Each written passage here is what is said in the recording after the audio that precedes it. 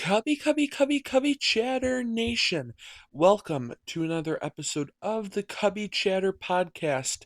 I am your host, Coleman, and today we will be talking about Shelby Miller plus corresponding moves to have him added, and what moves the Cubs have made this offseason, and the players you need to know before the season starts. Now, on that note, let us chat away.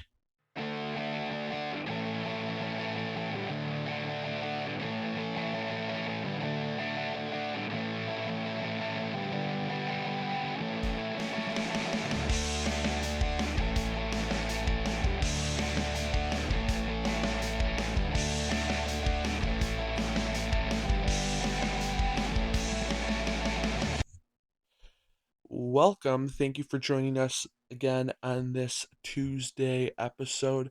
I did not post yesterday because of the holiday, but now that it is not a holiday, obviously I'll be posting. So today we'll see how long the episode is. We're just going to be talking about the first segment's going to be pretty quick. I'll actually knock that out right now. So, we did sign one of the players that I did recommend for the Cubs to sign, Shelby Miller. He has had shoulder surgery, so he's not going to be playing this year, but he'll be playing next year, and he is a stud. He had a great ERA. Actually, let me go to his stats real quick. Shelby Miller, he had last year 48 games, a 46 innings pitched in those games, a 29% strikeout rate, an 8.1% walk rate, a 33.9% ground ball rate, a 274 ERA, a 344 whip, and a .6 WAR. His pitch selection also has 62% for fastballs, 29% for four seamers and 9% for sliders, if I have that correct. Yes. So that is him right there, and I recommended sign him. He is 2 years, $2.5 million, and that equates to an annual average value of $1.25 million. Um, Great pitcher, at least last year. I'm hoping that it can continue for next year. And the corresponding move that was made because of that was the person, one of the, actually, I can pull it up right here. Ben Cowles, who we got not that long ago on January 15th, claimed off waivers. He is DFA'd now. For the corresponding move for Shelby Miller. Do I expect that to be it for the Cubs? Probably, now that Zach Allen has signed a deal with Arizona. I wouldn't be shocked if the Cubs make an offer for him next year, and I wouldn't be shocked if it turns out that the Cubs made an offer this year. I'm excited for him to be on the market again next year because the Cubs, I feel like, have a pretty good shot of getting him next year if this year goes extremely well for the Cubs. But on to our next section is what moves have been made this offseason so far. So I'm not going to go in depth on all the stats. I'll go kind of in depth on the MLB players. And the MLB players and the minor league players, you might ask, how can I tell? I'm using Fangraphs projections on what, if they're going to be in AAA, AA, single A, or obviously the MLB. So that's how I'm deciphering MLB players from minor league players. So this offseason, we lost 17 players total. 11 of those were MLB players, and 6 of those were minor league players.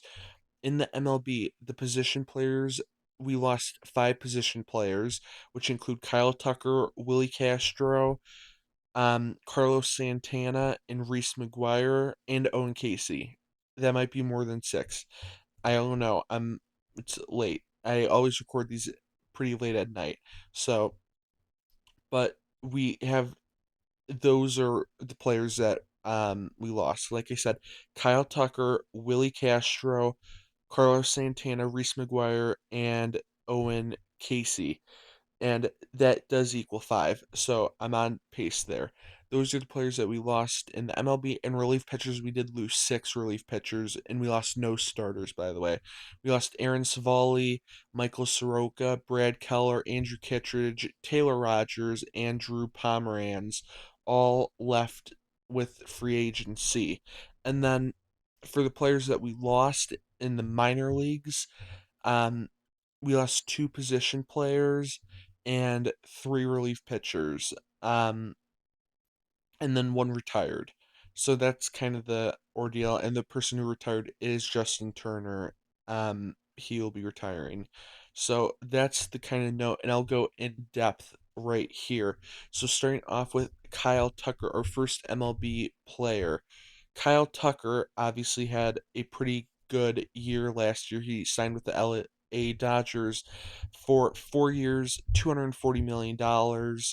Um, and that's an annual average valuation or whatever for 57.2 million, and in 28 and 29 he has player options. um he had a WRC plus of 136, which is down from what he's projected this year at 142. His WAR was 4.5, and this year it's projected to be 4.9. He had a 266 average, and that was kind of the ordeal with him. He played 136 games, and this year's projected 151. So that's kind of the idea with Kyle Tucker. Obviously, he's a good player. He was iffy, to be quite honest with you, some parts of last year, which made me question. And if I'll kind of be answering the question, would I pay 4 years, 240 million for him? Absolutely not. Completely fine with us not keeping him. Obviously, he's a good player, but I don't think he's worth that much. Um, Next up is Aaron Savali, who he was a relief pitcher, by the way, with the Cubs. It says he's a starting pitcher. I don't think he's going to be starting. He's not going to be starting pitcher. Um, he signed with the Athletics for 1 year, 6 million. Would I have signed him? Last year he had 18 games, 102 innings pitched, a 4.85 ERA, and a 4.63 FIP. He's projected to be a little bit better this year, ERA wise, FIP wise, and WAR wise. I, I, I mean, $6 million. It could. I mean, sure. I mean, I would have, but I mean, we don't really have a spot for him. So actually, I changed my mind and say no, because we don't have a spot for him. It's simple as that. Next up, with the people that we lost is Willie Castro.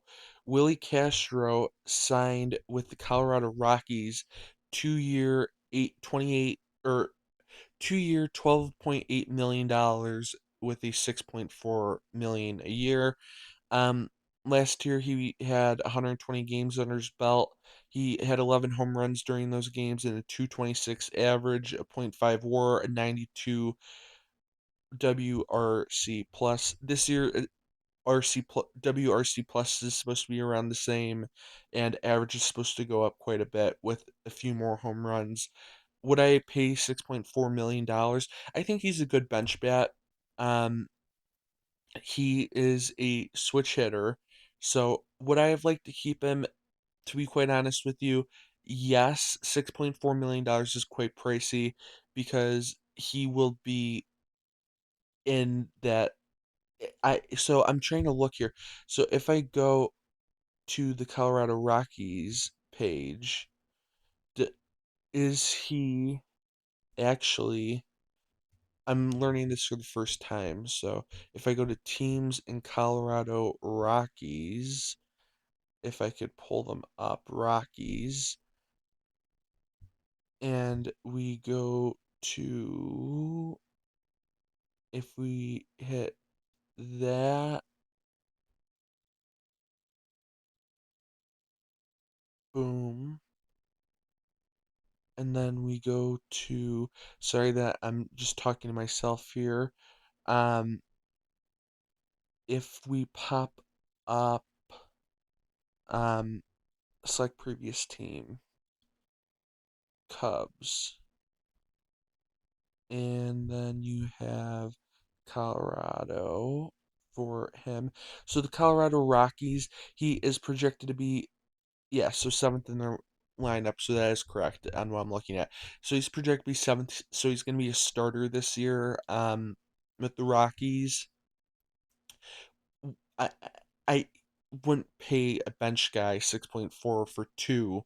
Um, if it was 6 million in that range, it'd definitely be for one, because if you have a horrible performance, you don't want to be paying him another 6.4 or whatever for another year. So I'd take a pass on that for that contract. Um, Next up on the list is Michael Soroka. Michael Soroka here, if I pull him up, starting pitcher, he came out of the bullpen for us last year. He only pitched 17 games started, 22 of those games. So if you look, it's 5 games that came out of the bullpen. 89.2 innings pitched. Um, and he had a 4.52 ERA and a 1.1 WAR. WAR is supposed to go down, but also ERA is supposed to go down, and his innings pitch is supposed to be somewhat around the same. He's supposed to start a majority of the games in the bullpen. It seems as he only has 10 games started projected, 54 games pitched, and it was a 1 year, $7.5 million deal. Would I have signed him? Like I said before, we don't really have that much room, so I would have not said yes. And 7.5 is kind of steep for a guy who, has a 4.5 ERA from last year. Um, so I would say no for him. So every single player that we have not signed back is a no so far. This next one won't be if the contract is good. Brad Keller, obviously a great pitcher. He is a relief pitcher. If I could pull him up, Brad Keller. He had a 2.07 ERA, and he signed a 2 year, $22 million deal. Would I have signed him for $11 million for 2 years? And $11 million per year for 2 years? Absolutely. He had a 1.3 WAR. That doesn't really summarize it. Um, he's projected to have a huge ERA increase. He's supposed to be a 4.19 ERA this year when he posted basically a 2 ERA last year. Um, Still, I think he's with this team. He, I think, would have fit well. I wish we kept him. Um, that's kind of my thought process on him. He just good pitcher. Um, Sad that he is not on the Cubs this year. Um, Moving on to the next player, who is going to be Andrew Kittredge. We only had him for a little bit as he obviously came in with the trade deadline. Um, but if we take a look at him, if I can get to it, trying my best here, maneuvering all of this. Um, if we go, where did we go? We go there. Um, Off-season tracker. Um, and then the Cubs. All right, we're back. Next is Andrew Kittredge. Andrew Kittredge, he had a 3.4 ERA last year, a point 0.8 WAR. He signed a 2 year, $18 million deal with the Orioles. We actually, um,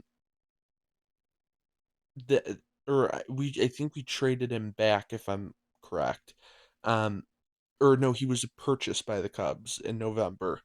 Um, he's supposed to be their eighth inning setup guy. He'll be good probably. A 3.7 ERA.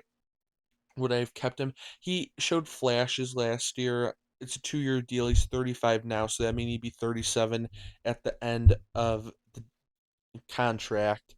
Um, Probably pass on it for me. Um, it just depends. $9 million, you could get someone else with that, so that's my reasoning behind that. And then Justin Turner, obviously, I believe is retiring, if I am correct. Um, Next up on the list is Taylor Rogers. Taylor Rogers, he's a Minnesota Twin now. He signed a $2 million deal. He had a 3.38 ERA. Would I have signed him? Yes. He's supposed to be their closer. Um, Obviously, he would not be closing for us. But I mean, he had a point 0.2 WAR and a 3.38 ERA. He's supposed to have 61 games played this year, while he had 57 last year. 61 innings pitched and a WAR of point 0.4. $2 million, just throw it out there for a year. I would have signed that contract. But it depends like where you think where like you're signing a contract, because if you're signing it now, I would not, because we have bullpen room now. But if it was earlier in the year, maybe, maybe not. It just depends on how the market would have been looking. And then we also lost Drew Pomeranz to the Angels. He signed a 1-year, $4 million deal. He had a 2.17 ERA last year, a point 0.7 WAR, and 49.2 innings pitched. Um, yeah, I would have signed him probably. Um, he's projected the same WAR. He's projected obviously worse ERA, but even more games pitched and more innings. Um, I would have liked him. He was really good. A lefty, a good lefty. He's going to be their closer now. Um, Good for him. This is his coming. He has 12 years service time, so obviously good for him to get closing role at a team. Probably why he got the contract there. Um, and then after Drew Pomeranz, we lost Carlos Santana. Carlos Santana, he is an Arizona Diamondback now. He's only projected 83 games, and he is projected to be in the starting lineup at seventh currently. Um, do I think that's going to happen? I don't know the Diamondbacks roster that well currently, so maybe. Um, he's projected a point 0.3 WAR again. Um, he had a point 0.3 WAR last year. WRC plus 82, WRC plus projected 90. Um, it was a 1 year, 2 million. Would I have liked to keep him or kept him, I should say? Sure, for $2 million, bench roll, hits lefties well. Just try to do it. It's a 1 year deal. 1 year deals for bench guys is or relief pitchers that didn't do that well the season before but can do well is good in my opinion. So yeah, I mean, sure I would have liked to got him, but I'm not upset with not getting him. Um Next up after that is Reese McGuire, who is projected to be on the starting roster as a um or it doesn't say for him, so he might be in the minor leagues, but still he was on the Cubs for a little bit. Um it doesn't say what his contract is. It's a year long though, TBD for the amount. He's projected 13 plate appearances this year, so yeah, he's not really going to be up there.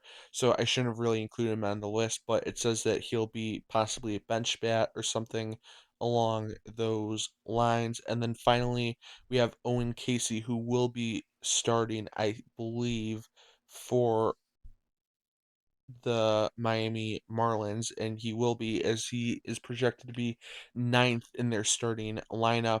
96 games projected. Obviously, he's going to have a bit better stats for a full season. Um, so nothing really much to talk about there. We traded him for um, obviously for Edward Cabrera. So yeah, I'm happy with it. We'll see how he does though for sure. So that's the starting players that were lost per se this off season. I'm sorry, I keep on my nose is like dripping like crazy, so I'm trying to deal with that. But players added, we had 20 people total added to the Cubs this year. 8 of them are MLB players, 12 of them are minor league players. So out of those players, you have 2 position players, 1 starting pitcher, and 5 relief pitchers, and that's the MLB side. And then on the minor league side, you have 5 position players, 2 starting pitchers, and 5 relief pitchers. Let us go through the list. You got Scott Kinger, or well, I forgot if I mentioned who we lost. I'm if I'm mentioning it again, very sorry. Um, but we also lost Ryan Brazier, Justin Turner, Eli Morgan, Nico Zeglen, Eduardo de Leon, Christian Hernandez, those players were lost and they are minor league players. So do with that what you will. I won't be going in depth, but the players that we added here were Scott Kingery, Matan. I'm not going to be able to pronounce his name. It's going to take a few weeks. Hobby Milner, Colin Snyder, Tyler Austin, Jacob Webb, Jeff Brigham, Hunter Harvey, Christian Bethencourt, Ryan Rosalind, Edward Cabrera, Corbin Martin, Alex Bregman, Justin Dean, Trent Thornton, Chaz McCormick, Dylan Carlson, Vince Velasquez, Kyle Wright, and Shelby Miller. Those are the people that we added. I'll be talking about in depth on the starting pitcher, or well, on the MLB players. Um, and go through them and their projections for this year. So let us start with. So, first off, we got um, Phil Matan. Phil Matan, we got, if I can find him, November 21st. 2-year deal, $14.5 million total. So that's an average value of 7.25 million each year and a 2028 club option. He's projected to be the setup man, which means, or well, one of the setup men in the 8th inning.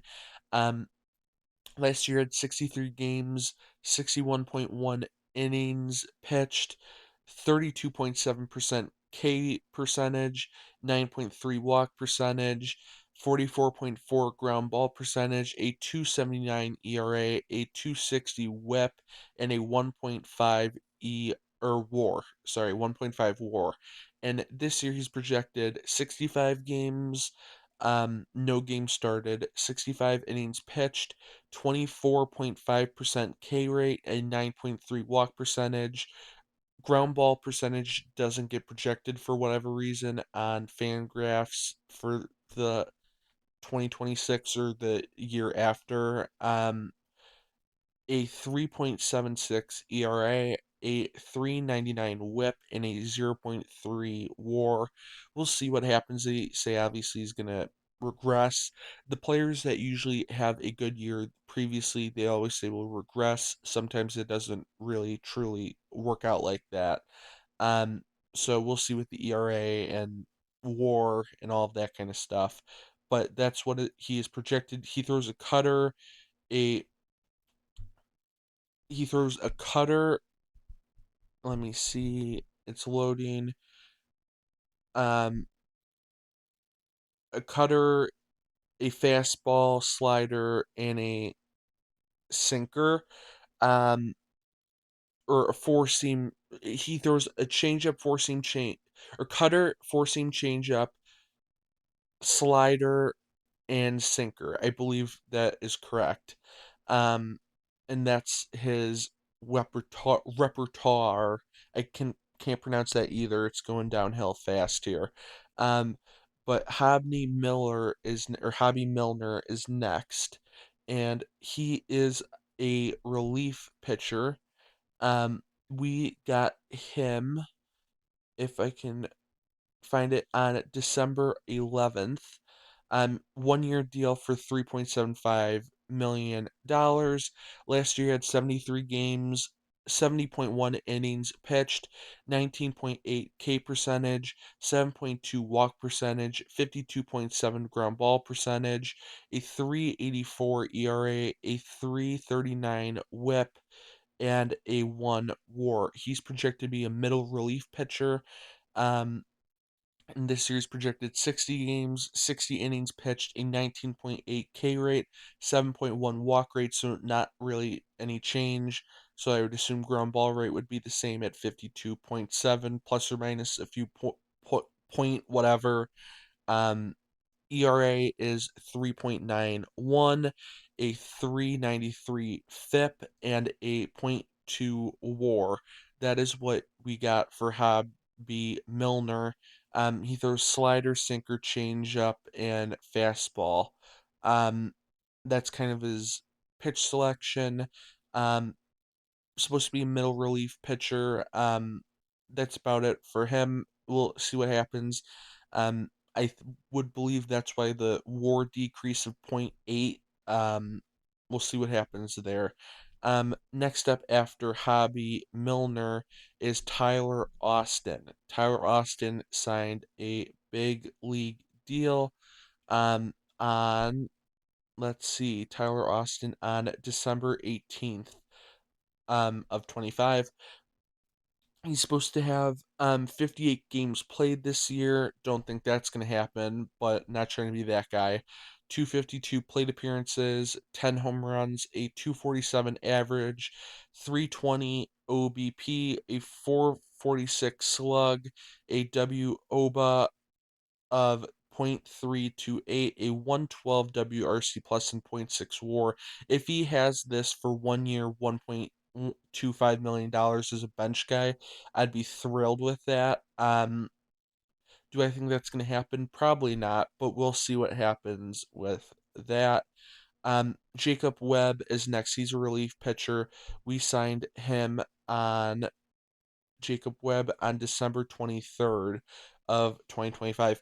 Last year had 55 games, 66 innings pitched, a 21.7 K rate, a 7.1 walk rate, a 31.9 ground ball rate, a 3 ERA, a 4.3 FIP, and a point 0.2 WAR.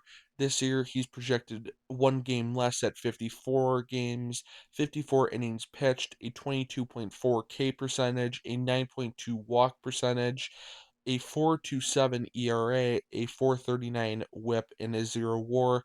He's getting paid $1.5 million for 1 year. He's projected to be the middle relief pitcher. Um, I'm hoping that he'll have similar numbers to last year. We'll see what happens with that. I'm sorry that I keep on saying that, but I truly don't know. Who knows what will happen? Um, Jacob Webb is that right there. Next up, you have Hunter Harvey, another relief pitcher who signed on December 27th. Um, let's see, Hunter Harvey, relief pitcher. He had 12 games pitched last year with 10.2 innings. He had a 0 ERA. Obviously, it's going to be low because, or very high, but it's very low with only 10.2 innings pitched. 28.2 K percentage, a 2.6 walk percentage, a 48.1 ground ball percentage, a 1.35 FIP, and a point 0.5 WAR.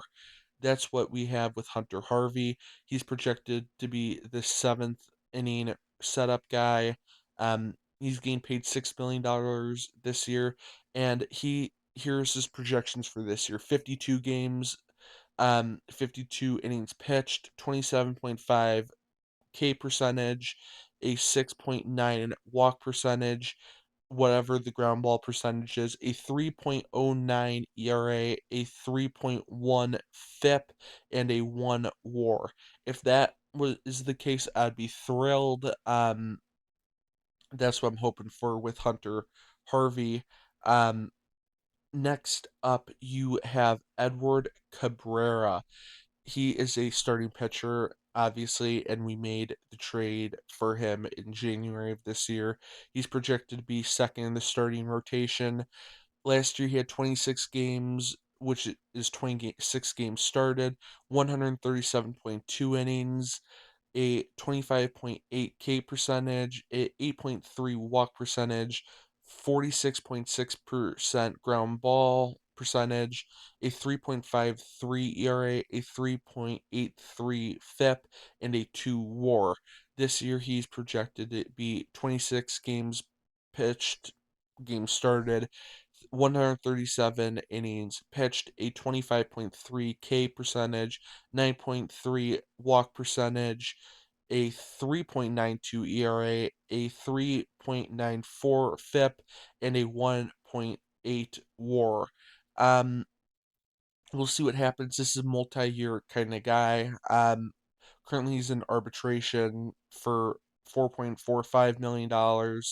I'm hoping that he has um, pretty good stats this year. Um, and I'm hoping that he can perform well as the second starting pitcher in our lineup, at least for the first part of the season. And um, by the way, Justin Steele, obviously, he was in arbitration, but he's projected to be pitching 15 games started this year with 81 innings pitched. Um, just for any reference, if you guys want to know. Next up is Alex Bregman.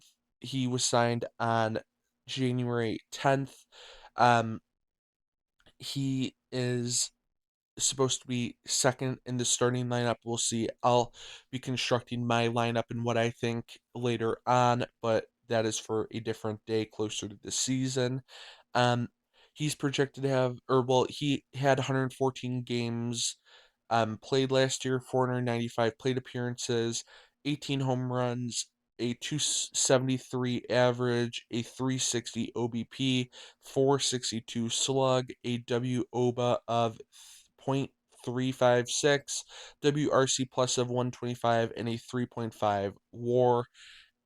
This series projected 156 games played, 672 plate appearances, 23 home runs, a 250 average, OBP of 340, slug 421, WOBA of 333, a WRC plus of 115, and a WAR of 3.7.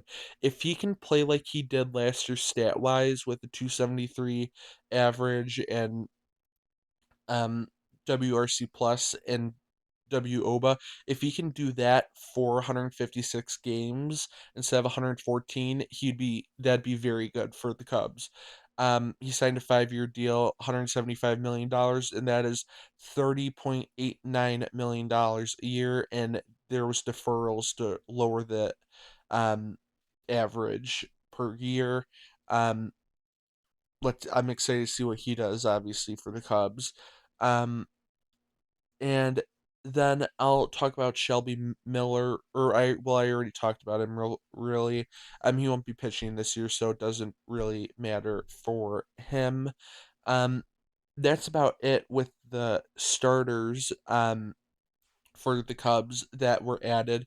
And like I said earlier, Scott Kingery, Colin Snyder, Jeff Brigham, Christian Bethancourt, Ryan Roslin, Corbin Martin, Justin Dean, Trent Thornton, Chaz McCormick, Dylan Carlson, Vince Velasquez, Kyle Wright were all added to the minor league system.